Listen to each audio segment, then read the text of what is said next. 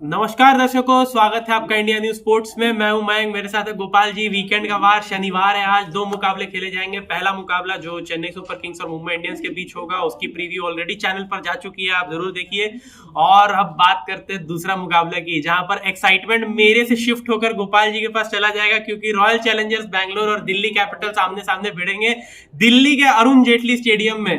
तो जिस तरह से हम कहते हैं कि ये चेन्नई सुपर किंग्स का होम ग्राउंड हर जगह होता है, चाहे वो आप कहीं पे भी चले जाइए, आपको चेन्नई सुपर किंग्स के फैंस देखने को मिल जाते हैं। यहाँ पर दिल्ली में मुकाबला है, लेकिन फैंस आरसीबी के ज्यादा देखने को मिलेंगे, क्योंकि दिल्ली का लड़का विराट कोहली खेलने वाला है आज। बिल्कुल, जो कि एक तरीके से कह सकते हैं लोकल बॉय विराट कोहली आपको खेलते हुए नजर आएंगे। सोचिए, एक नन्हा सा लड़का जो फिरोजा कोटला में प्रैक्टिस करने जाता था, अब अरुण जेटली स्टेडियम है, वहां पे उसी के नाम का पवेलियन बनना, ये एक तरीके से बड़ी बात। वहां पे फोटो शूट भी एक तरीके से करवाया था उन्होंने, बहुत ऐतिहासिक लम्हा था। लेकिन रॉयल चैलेंजर बैंगलोर और डीसी का तो मुकाबला है ही एक तरीके से। जिस तरीके से पिछले मैच में विवाद हुआ था, एक तरीके से मैच, उस विवाद के बाद जब भी लखनऊ के मैचेस हो रहे हैं या तो आरसीबी के मैचेस हो रहे हैं, ये एक तरीके से नजरें रहेंगी दोनों पर। पिछले मुकाबले में कुछ विजुअल भी आए थे, जिस तरीके से क्राउड विराट कोहली करके गौतम गंभीर को स्लैश कर रहा था। तो आज क्या ऐसा हो सकता है मैंक कि बिल्कुल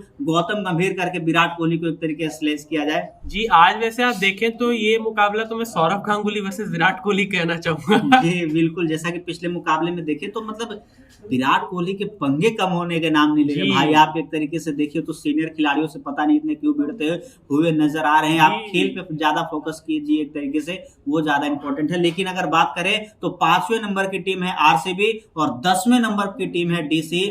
स्थिति कुछ अच्छी नहीं है डीसी की, लेकिन मुकाबला जीतना होगा आरसीबी को अगर उनको प्लेऑफ में जाना है, क्योंकि 1 पॉइंट्स के साथ बहुत सारी टीमें बनी हुई हैं। अगर 8 पॉइंट्स के साथ बात करें तो बहुत सारी टीमें बनी हुई हैं। राजस्थान बनी हुई है, मुंबई इंडियंस बनी हुई है, वहां पे वो एक तरीके से कह सकते हैं 10 पॉइंट के साथ बनी हुई है, जहां पे आरसीबी, आरआर, एमआई, पंजाब सभी 10-10 पॉइंट के साथ बने हुए हैं। तो ये एक तरीके से कंसर्न है कि अगर मुकाबला जीतेंगे तो ही एक तरीके से प्लेऑफ की टिकट कटवा सकते हैं, नहीं तो मुश्किल होने वाली है। जी बिल्कुल। और रॉयल चैलेंजर्स बैंगलोर जिस तरीके का उनका मिडिल ऑर्डर का प्रदर्शन रहा है, हर मुकाबले में कहते हैं कि मिडिल ऑर्डर को थोड़ा सा स्टेप अप यहाँ करना पड़ेगा, क्योंकि हर मुकाबले में हम ये देखते हैं कि टॉप ऑर्डर पे पूरा का पूरा दारोमदार रहता है रन बनाने का, और मिडिल ऑर्डर पूरी तरह से खाली दिखाई देती है।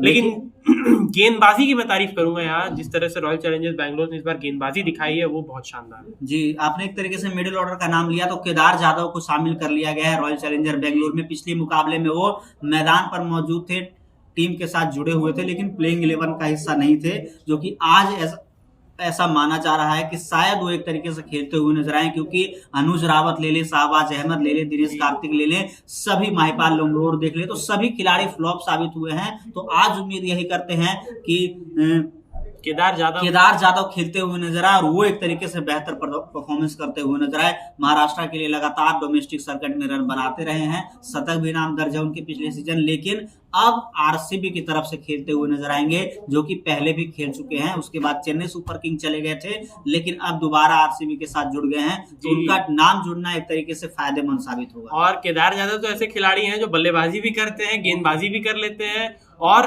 विकेट कीपिंग भी कर लेते हैं। जी, एक तरीके से कह सकते हैं, लेकिन विकेट कीपिंग में तो कह सकते हैं वही नाम फिक्स है एक तरीके से। लेकिन ये देखना होगा कि किस तरीके से मुकाबला है। वहीं अगर बात करें दिल्ली कैपिटल्स की, तो पिछले मुकाबले में जीत कर आए हैं। किसको हराया है उन्होंने मैंक? गुजरात टाइटंस को, टेबल टॉपर को हराई है। तो 5वें नंबर की टीम उनके लिए क्या मायने है? एक तरीके से वो ये कह सकते हैं कि हम तो नंबर 1 टीम को हरा कर आ रहे, तो तुम आरसीबी एक तरीके से क्या हो। लेकिन मुकाबला जोरदार होगा।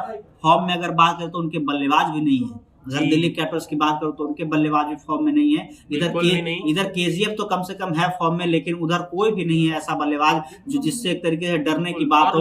लोअर ऑर्डर आपके लिए रन बनाकर दे रहा है, जब भी दे रहा है। अक्षर पटेल, अमान हकीम खान ने पिछले मुकाबले में शतक बनाया था। यहाँ टॉप ऑर्डर मजबूत है, तो वहां पे एक तरीके से लोअर ऑर्डर मजबूत है। वहीं गेंदबाजी की बात करें तो यहाँ जॉस हेजलवुड पिछले मैच में जुड़ गए हैं, तो वो एक तरीके से टीम को मजबूती प्रदान करेंगे। इधर एडम जाम्पा, माफ कीजिए, हसरंगा है, सिराज हैं, वो अच्छे लय में हैं। वहीं अगर उधर बात करें तो ईशांत शर्मा जिस तरह से परफॉर्मेंस दिखा रहे हैं, ईशांत शर्मा से डर कर रहना होगा रॉयल चैलेंजर्स बैंगलोर को, क्योंकि शानदार बॉलिंग कर रहे हैं ईशांत शर्मा, चाहे पावर प्ले हो चाहे डेथ ओवर्स हो। नकल बॉल का जिस तरीके से विजय शंकर जी। के सामने यूज किया वो बेहतरीन था, और ऐसे ही उम्मीद करते हैं कि सीनियर प्लेयर जब स्टेप अप करके आगे आता है तो वो एक तरीके से बात चल रही थी। इस साल तो ये भी बात चल रही थी मैं कि उसको उनको एक तरीके से मैनेजमेंट में शामिल कर दिया जाए, बॉलिंग कोच के तरीके। आईपीएल 2023 में आईपीएल जी। शुरू होने से पहले ये बात चल रही थी, लेकिन कौन सोच सकता है कि एक तरीके से ये मैं बिल्कुल आपको याद दिला दूं, 2018 में ये गलती मुंबई इंडियंस ने की थी जब लसित मलिंगा को हटाकर बॉलिंग कोच के तौर पर उन्हें रख दिया गया था।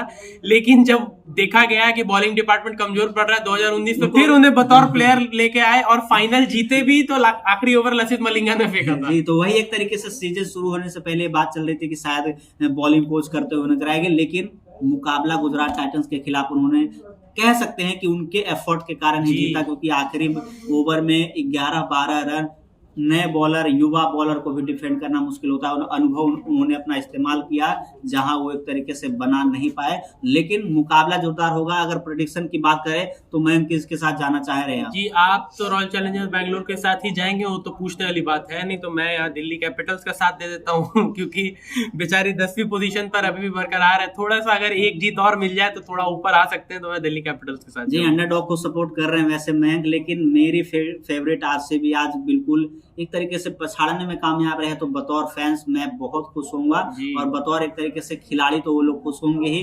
तो यही उम्मीद करते हैं कि मुकाबला जोरदार हो और मुकाबले में एक तरीके से जान बची रहे। जी, तो फिलहाल के लिए इस वीडियो में इतना ही। अगर आपको पसंद आया तो लाइक कीजिए, कमेंट करके हमें अपनी टीम बताइए, और हम उसे टॉस के समय आपसे जरूर डिस्कस करेंगे।